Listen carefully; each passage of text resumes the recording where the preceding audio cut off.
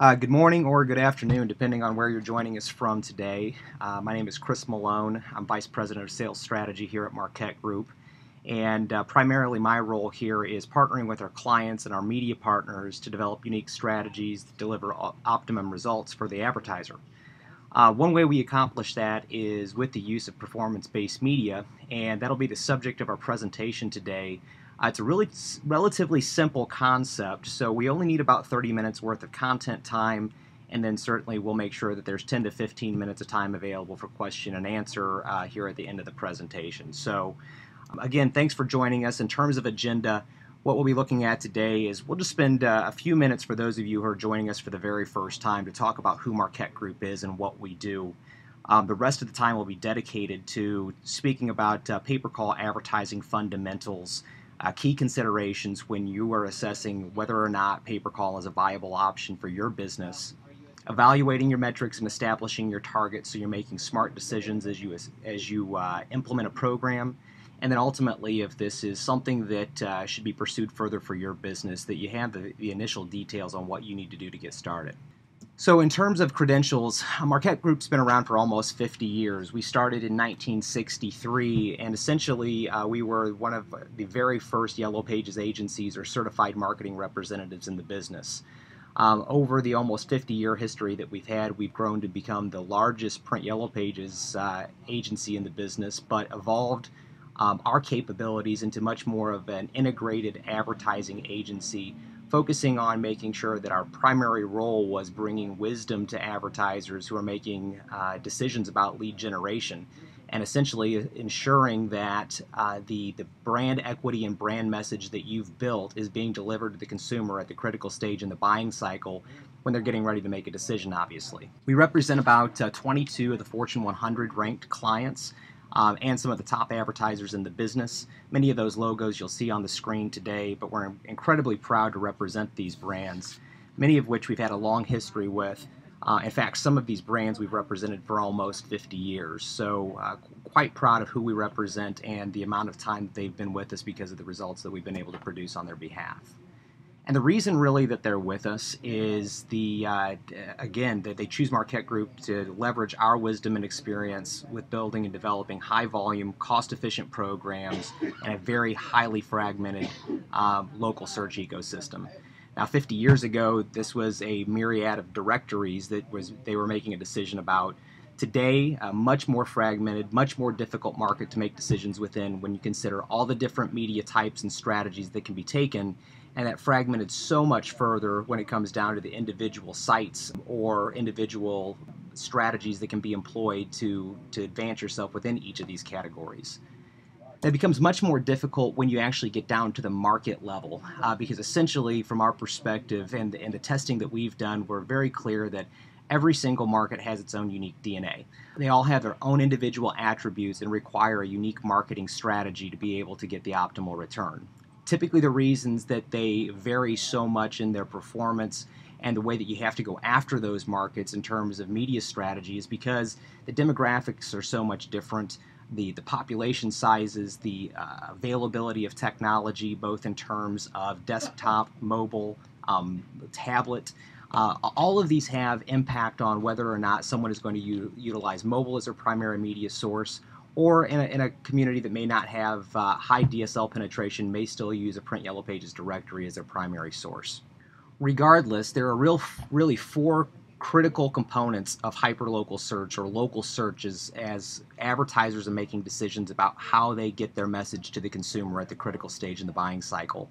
And Marquette Group is in a unique position to leverage all four of those critical components to develop unique strategies for our advertisers that helped deliver the optimal result. The issue that we have at this point is the usage is changing so rapidly because of the emergence of new technologies and media types, new sites that 18 months ago weren't even on the radar screen, but now are garnering mass usage, that at some points it becomes very difficult to understand where the traditional print Yellow Pages or subscription type of model would have been much more viable, and now where potentially a subscription would not actually make sense.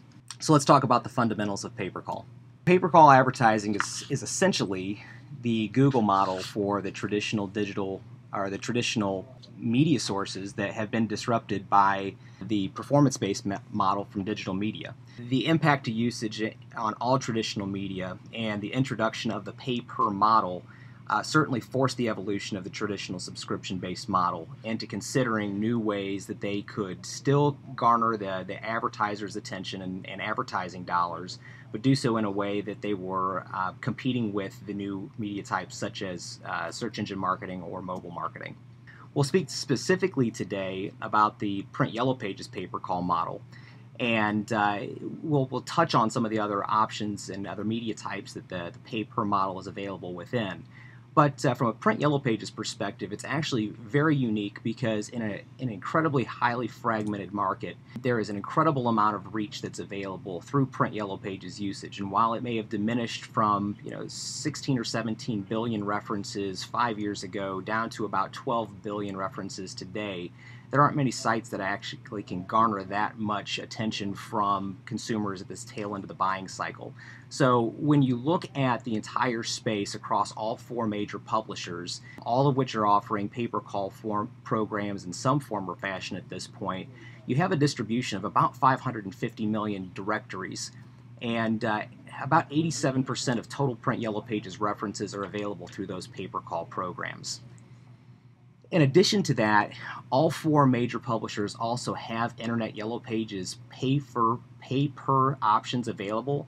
They may not all be pay-per-call. In fact, superpages.com at this point still only offers a pay-per-click model, but all three others do offer pay-per.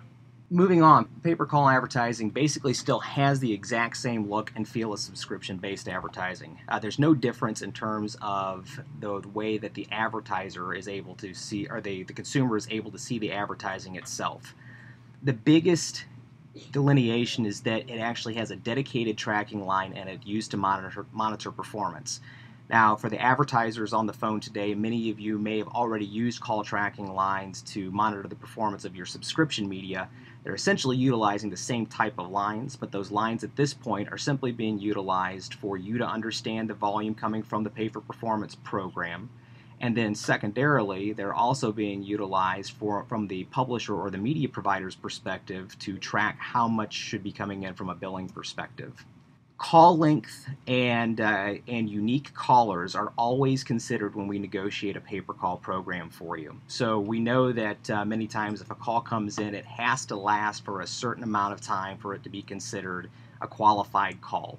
Typically, industry standard is that a call will last at least 30 seconds before a media provider considers it to be a qualified call.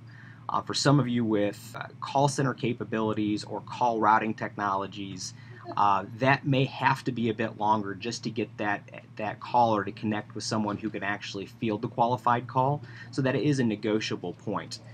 Ultimately, we get into a position where we're able to actually take the information that you've got and with the amount of time that it takes to connect a caller directly to you, and then get into a position where we can adjust that to make sure that the call is connecting with the handler on your end before you're actually charged. The other piece that we look at is what is the typical buying cycle for your individual consumers. If you are selling pizzas, you may be charged for every call that comes in throughout the course of the week. So if I received a call on Monday and then a call again on Friday, they're probably both looking to buy pizzas. You would be receiving a charge for each call. That said, if you're offering a service such as plumbing, and you have a phone call that comes in Monday and then Friday, there's a pretty good chance that that is either a customer service inquiry that's coming back in, or that could be someone who's just calling back to determine what time the technician is going to show up at their house. So in that situation, we would negotiate at least a 30-day consideration for unique numbers only being charged, or unique callers only being charged one time. And essentially that's going to make sure that you're only receiving phone calls that are qualified on the call length, and then not being charged for consumers that you've only been able to sell a service to once. Pay-per-call rate is typically determined with the variables of heading and ad size. The publishers or the media providers look at it in terms of utilizing industry standard data to help them assess what that rate should be. They're sitting on about 120,000 call metered lines that help them understand value. Certainly there's information available about what the average value of a customer and typical profit margins are within industry. And then utilizing a reasonable expectation on return, they're able to set their own expectation by industry on what a pay-per-call rate should be going for. We'll talk a little bit more about how we negotiate that shortly, but that's typically how they view it. And then the way that you receive calls, you're only receiving call invoices or invoices on calls, billing on calls that are received from the previous month. So the calls that you receive in October are not billed to you until the month of November. So typically it's a very advantageous cash flow position. So key benefits of pay-per-call: you're able to eliminate the usage-related concerns. You're paying for leads, you're not paying for ads. You're in direct control of the ROI while eliminating overall advertising waste. When you're able to actually negotiate what the price of the call is within reason, utilizing a win-win scenario with the media provider, and you're only charged for those calls, it's a great situation, especially as usage declines. You're not in a situation where you may be paying more for the ad on a subscription basis than it's actually producing for you. You have comprehensive tracking and analysis. All calls are coming in with full details about where they're coming from, how long the calls lasted. You can actually have unique campaign phone tracking numbers by service, so you know which services are providing the most calls. So it's very transparent. And then ultimately, again, from a cash flow perspective, you have no cost until after your leads are delivered. So key considerations when you're considering pay-per-call. The very first is, what's your current performance by medium? The old adage fits perfectly here: is advertisers place ads, marketers test every ad that's placed. If you're not certain about what the performance of your current program is, and if there's any doubt about whether or not it is more efficient for you to utilize pay-per-call, my suggestion would be the very first thing that you do is undergo some pretty intense testing on the current program. If there are key data points that suggest that subscription programs aren't working for you now, then certainly it's reasonable for us to move into a performance-based program right away. But if you're a large advertiser making a significant subscription and you don't have those data points available, really intense testing should be the very first step. The next question is, what's really the objective of the pay-per-call campaign? Are we looking to resolve a financial performance issue with the existing program? Are we capitalizing on additional leads without a subscription commitment? Or are we trialing a new product and service that you just may not have enough information on to make a subscription commitment on, or know whether subscription or performance-based is the right way for you to position it, and certainly just don't want to put yourself in a position to incur a lot of expense or a lot of exposure without a lot of data about how the product is going to perform in the marketplace. Our call is your most desired lead type. I work with many advertisers who actually don't want the phone call, they want the click. Typically the reason that they want to click is they are able to increase their average ticket price, they're able to add on as they go through the selling cycle on their website, or they're able to reduce expense. The other piece of it is, are you really prepared and able to convert the caller into a scheduled appointment, or are you able to book the business by phone? If you're able to do that, then certainly that's going to be a great position for you to be paying for the call. But make sure that it's the call that you want before you move into a pay-for-performance program. Is the target market clearly defined? One area you can get into deep water very quickly with pay-per-call if you're not careful is by not very clearly defining how far you want to go or customers will come from to do business with you. The advantage of pay-per-call is it allows you to saturate the marketplace, be in every single directory that typically you wouldn't have invested in a subscription perspective because you're only paying for the calls. However, if that's done irresponsibly, you can begin to incur a lot of costs, and at the same point not have callers who are going to convert or be able to travel as far as you like to be able to do business with you. Keep in mind your territorial boundaries. You know, if you're in a franchise situation or you have agreements with other businesses not to cross into other territories, we need to be very careful when we make those plans. And then the last thing is, do your offerings differ by product or service line within the marketplace? We have a few clients who have one service that goes throughout the entire territory, but they may only have a technician available for some territories. So these are important things to consider as you're making that decision. And then, are you equipped to service the calls? And there's two key elements that typically you need to make sure that you're considering when you're preparing to service calls. The first is, do you have a call center capability, which is typically the most ideal. Those folks are prepared to actually convert that call for you, and they're available to take calls 24/7. The second piece is, if you don't have that and you have a large number of locations, you want to be prepared with detailed business routing rules. We're able to put technology on the front end of these calls to deliver the call to the right location, but it's important that you know exactly what those routing rules are going to look like. And then most importantly, what are your financial performance expectations? As much as you would think that as professional marketers we would all have that ironed out, that is something we typically run into quite frequently. We don't know what we should be paying for a call. So we need to really establish what those minimum financial expectations are. And so we'll take a couple of moments to talk about evaluating the metrics and establishing the targets.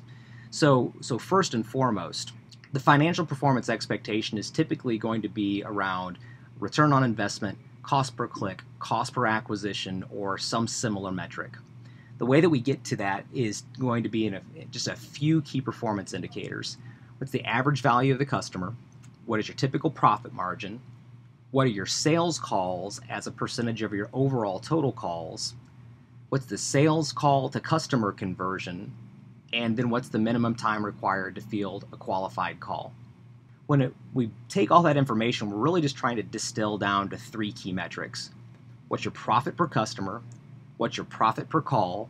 And then we can utilize those two to actually get to the cost per call target. So I'm going to take you just through some rudimentary metrics here, or math.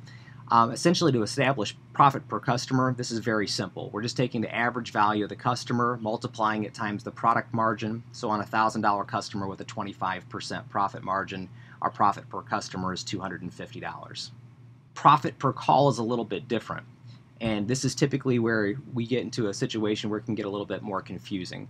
But essentially what we're doing is we're taking the sales calls as a percentage of total calls. And to say that a different way, what percentage of your calls are sales? What percentage of your calls are service?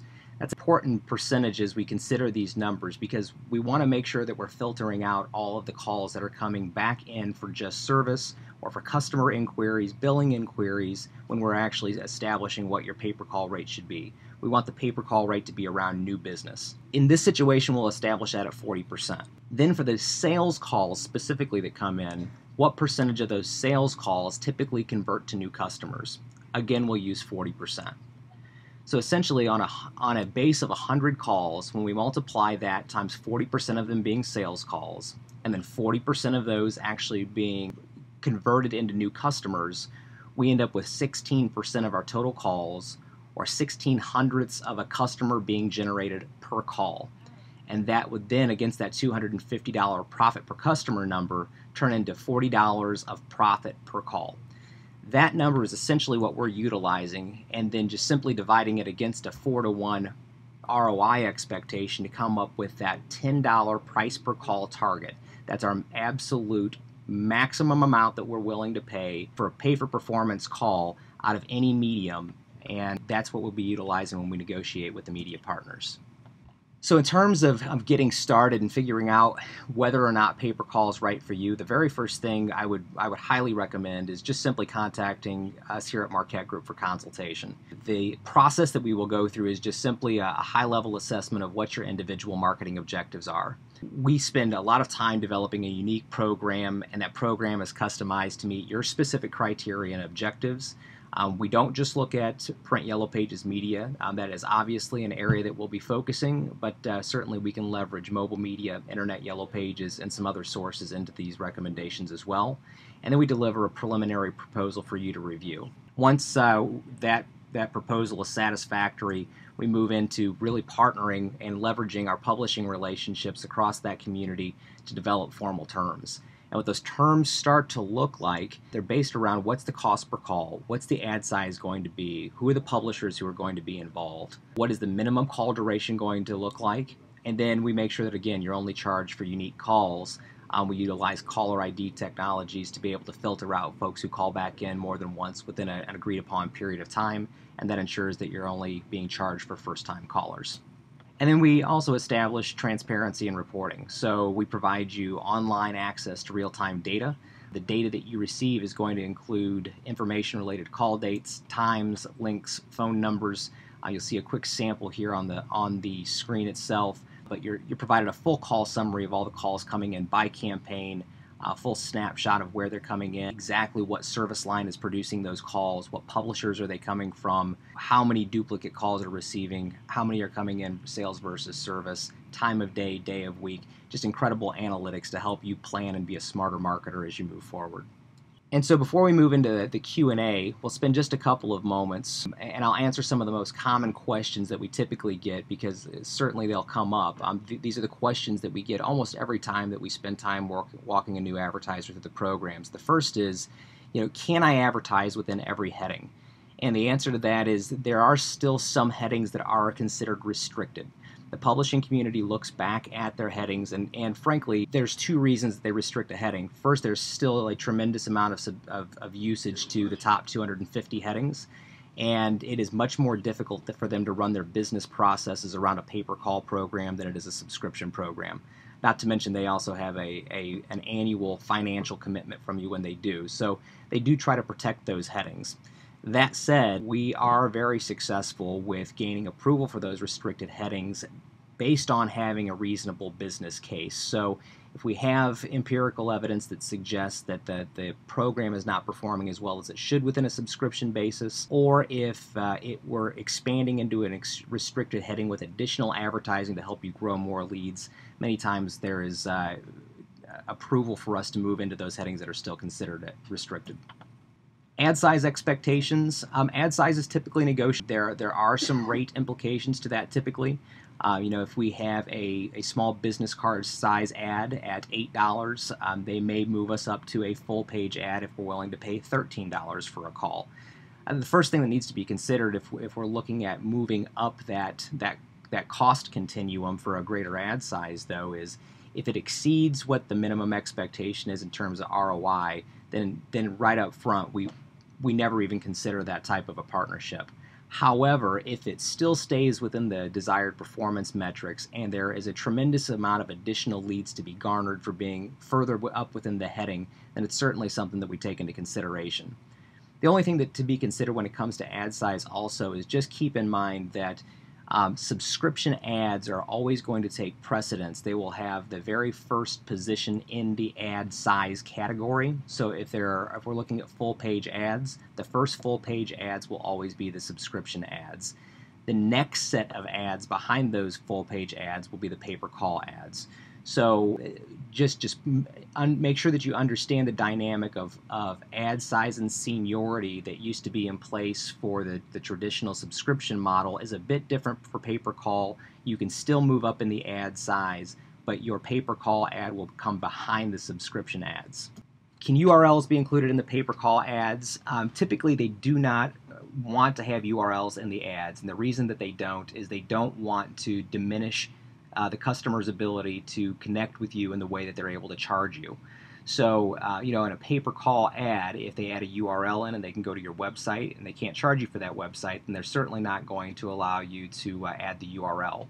That said, we do have some unique relationships where a pay-per-click rate can be added for the URL visits. And if you're an advertiser who wants the inquiry to go to the website as opposed to the phone, then we can certainly make sure that that happens as we develop the program for you. And then probably the most important question is, how should I plan for budgetary impact? Marquette Group has a tremendous history in call monitoring, tracking, and forecasting volume. We also have very close partnerships with data analysts across the industry and within the publishing communities who are able to help us use key data points to forecast the volume and budgetary implications of pay-per-call programs. So we are able to get into situations where we can give you a very close estimate on a monthly and an annual basis what you should be considering as you make that transition.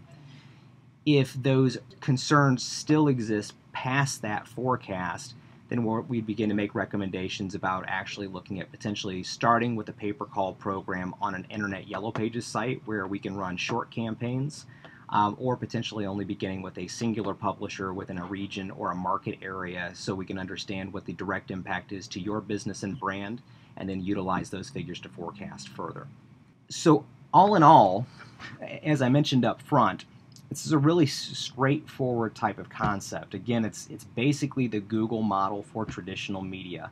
It is available in print Yellow Pages, obviously. Internet Yellow Pages are an option. Mobile advertising is also a very viable option for pay-per-call, just much smaller volume. Hopefully, the last 15 or 20 minutes has provided a high-level overview of the program. We'll go ahead and wrap up the webinar for today. Thanks so much for joining us, and certainly for those of you engaging with us on our blog, via email, on our Facebook pages, please stay engaged and in tune. We'll continue to bring you more content that hopefully helps you have more wisdom about how to make better decisions about lead generation for your individual business. Thanks for joining, and I look forward to hearing from you all soon and talking to you again. Thanks.